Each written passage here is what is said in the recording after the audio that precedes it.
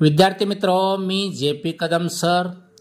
आज आपण या व्हिडिओमध्ये राज्य शैक्षणिक संशोधन व प्रशिक्षण परिषद महाराष्ट्र पुणे 30 स्टार्स प्रकल्पांतर्गत घेण्यात आलेल्या संकलित मूल्यमापन 1 2023-24च्या इयत्ता 7वीच्या मराठी प्रथम भाषा या विषयाची प्रश्नपत्रिका उत्तरासह व मार्गदर्शनासह पाहणार आहोत।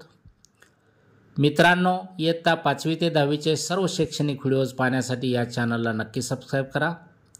तर पाहूया संकलित मूल्यमापन 1 2023-24 इयत्ता 7वी विषय मराठी।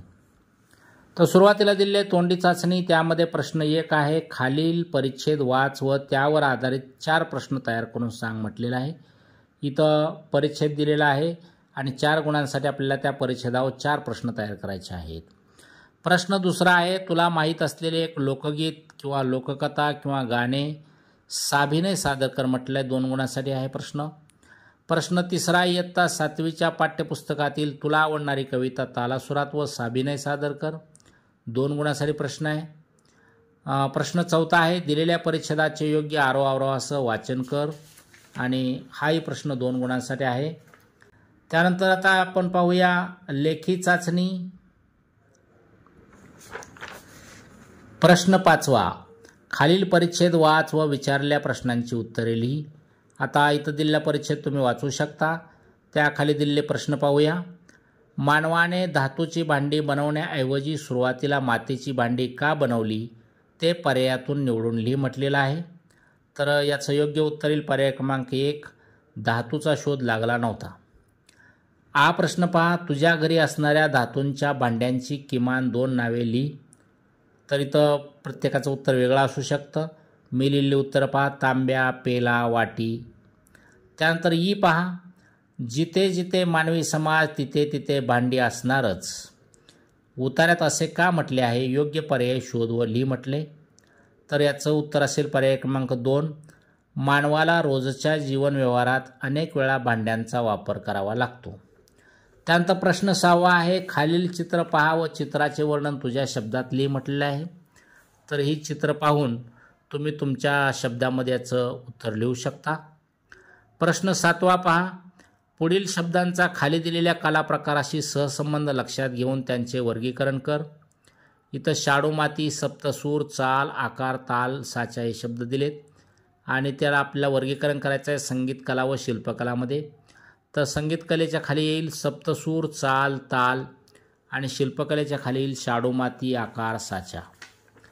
त्यानंतर पाहूया प्रश्न 8वा, शेतात पेरणी सुरू होण्यापूर्वीची कामे व पेरणीनंतरची कामे यांची माहिती पूर्ण वाक्यात खालील तक्त्यात लिही म्हटलेलं आहे। तर पेरणी सुरू होण्यापूर्वीची कामे आहेत जमीन नांगरणे, ढेकळे फोडणे, कुळवणे। आता ही तुम्हाला पूर्ण वाक्यात लिहिता येतील। शेतकरी जमीन नांगरतो, त्याच्यानंतर शेतकरी ढेकळे फोडतो किंवा पेरणी सुरू करण्यापूर्वी कुळवावे लागते। त्यानंतर पेरणीनंतरची कामं जी आहेत ती पिकांना पाणी देणे, कापणी, मळणी वगैरे। तर शेतकरी पिकांना पाणी देतो, पेरणीनंतरची कामं। त्याच्यानंतर पिकांची कापणी करतो, त्यानंतर मळणी करतो। असे पूर्ण वाक्यात उत्तरे लिहा। प्रश्न 9वा आहे, कवितेचे वाचन करून खालील प्रश्नांची उत्तरे लिही। तर इथं कविता दिलेली आहे पहा आणि त्याच्या खाली दिलेले प्रश्न पाहूया। कविता तुम्ही वाचायचे, दिलेल्या शब्दापासून वेगवेगळे शब्द तयार कर म्हटलेला आहे। तर दुजा भावपासून पहिला शब्द होईल दुजा आणि दुसरा भाव, असे आपल्याला 2 शब्द तयार करता येतील। त्यानंतर प्राशल्य या शब्दाचा अर्थ कोणता, खाली दिलेल्या पर्यायातील योग्य शब्द ओळखून पुन्हा लिही म्हटलेला आहे। तर प्राशल्य या शब्दाचा अर्थ येईल पिणे, पर्याय क्रमांक 3। कवितेच्या अर्थानुसार विधाने चूक की बरोबर ते लिही म्हटलेलं आहे। पहिला आहे, अमृत प्यायल्यावर मराठी भाषा बोलता येईल। तर हे चूक आहे विधान। दुसरा, भाषेमुळे भावनांचा अर्थ स्पष्ट करता येतो, हे बरोबर आहे। तिसरा, मराठी भाषा कोणताही भेदभाव करत नाही, बरोबर वाक्य आहे। चौथा आहे, मराठी भाषा परदेशात बोलली जात नाही, तर हे चूक आहे। प्रश्न 10वा पहा, खालील परिच्छेद वाच व प्रश्नांची उत्तरे लिही म्हटलेलं आहे। त्यातला पहा, वरील परिच्छेदात टाळाटाळ करणे या अर्थाचा कोणता वाक्प्रचार आला आहे ते खालील पर्यायातून शोध व लिही म्हटले. तर दुर्लक्ष करणे हा या ठिकाणी वाक्प्रचार आलेला आहे, पर्याय क्रमांक 3. त्यानंतर आ पहा, खेळणी घेण्यासाठी आईकडे पैसे नव्हते तेव्हा आई म्हणाली, बाळा या दुकानात खेळणी चांगली नसतात. या वाक्याच्या अर्थाशी जुळणारी म्हण खालील पर्यायातून शोधून लिही म्हटले. तर कोल्ह्याला द्राक्षे आंबट अशा प्रकारची म्हण आहे. असं याचं उत्तर येईल पर्याय क्रमांक 2, कोल्ह्याला द्राक्षे आंबट. त्यानंतर पाहूया ई प्रश्न. पुढील वाक्यात योग्य ठिकाणी विरामचिन्हांचा वापर कर व वाक्य पुन्हा लिही म्हटले. काय मुलांनो, ओळखलं का मला, मी जातो. तर हे विरामचिन्ह अशी वापरली जातील पहा. काय मुलांनो, उद्गारवाचक चिन्ह, ओळखलं का मला, प्रश्नचिन्ह, मी जातं, तर तिथं पूर्णविराम. प्रश्न 11. खालील परिच्छेद वाचून प्रश्नांची उत्तरे लिही म्हटले. परिच्छेद तुम्ही वाचू शकता. त्याखाली दिलेले प्रश्न पाहू. खालील वाक्यातील ग्राहक व विक्रेता कोण आहे ते ओळख व लिही म्हटले. सहादूने बैलाच्या बाजारात बैल विकायला आणला. आनंदने तो विकत घेतला. तर यामध्ये ग्राहक आहे आनंद आणि विक्रेता आहे सहादू. त्यानंतर आ प्रश्न. ग्राहक संरक्षण कायदा का करण्यात आला. तर याचं उत्तर यामध्ये दिलेलं आहे. काही प्रसंगी ग्राहक व विक्रेता यांच्यामध्ये विवाद होतात. त्यांच्या हितसंबंधात बाधा किंवा दुरावा निर्माण होतो. या दोहोतले हितसंबंध चांगल्या प्रकारे राहावेत.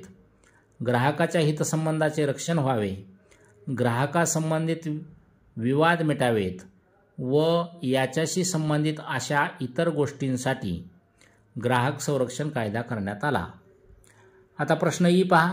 वरील परिच्छेदासाठी पुढीलपैकी कोणते शीर्षक देणे योग्य होईल ते लिही म्हटले.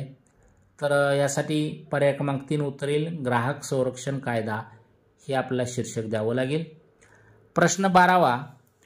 तुमच्या परिसरातील सफाई कामगार व्यक्तीची मुलाखत घेण्यासाठी किमान 5 प्रश्नांची प्रश्नावली तयार कर म्हटले. तर हे 5 प्रश्न तुम्ही आता स्वतः तयार करायचे आहेत. उदाहरणादाखल मी या ठिकाणी घेतलेत पहा.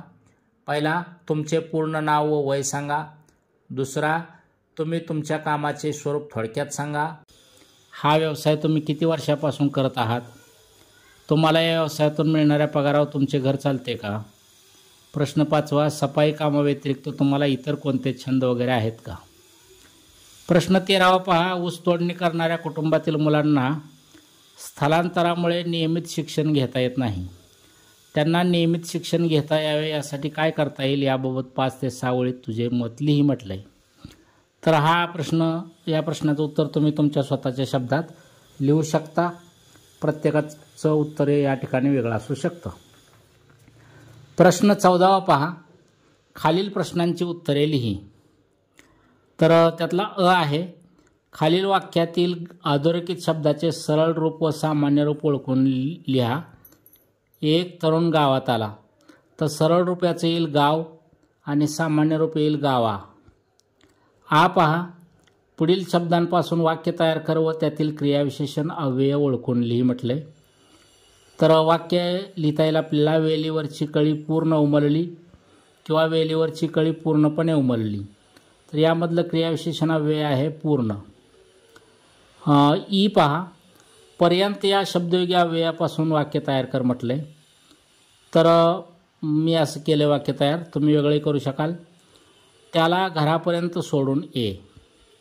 तेव्हा विद्यार्थी मित्रांनो, इयत्ता 5वी ते 10वीचे असे विविध शैक्षणिक व्हिडिओज पाहण्यासाठी या चॅनलला नक्की सबस्क्राईब करा.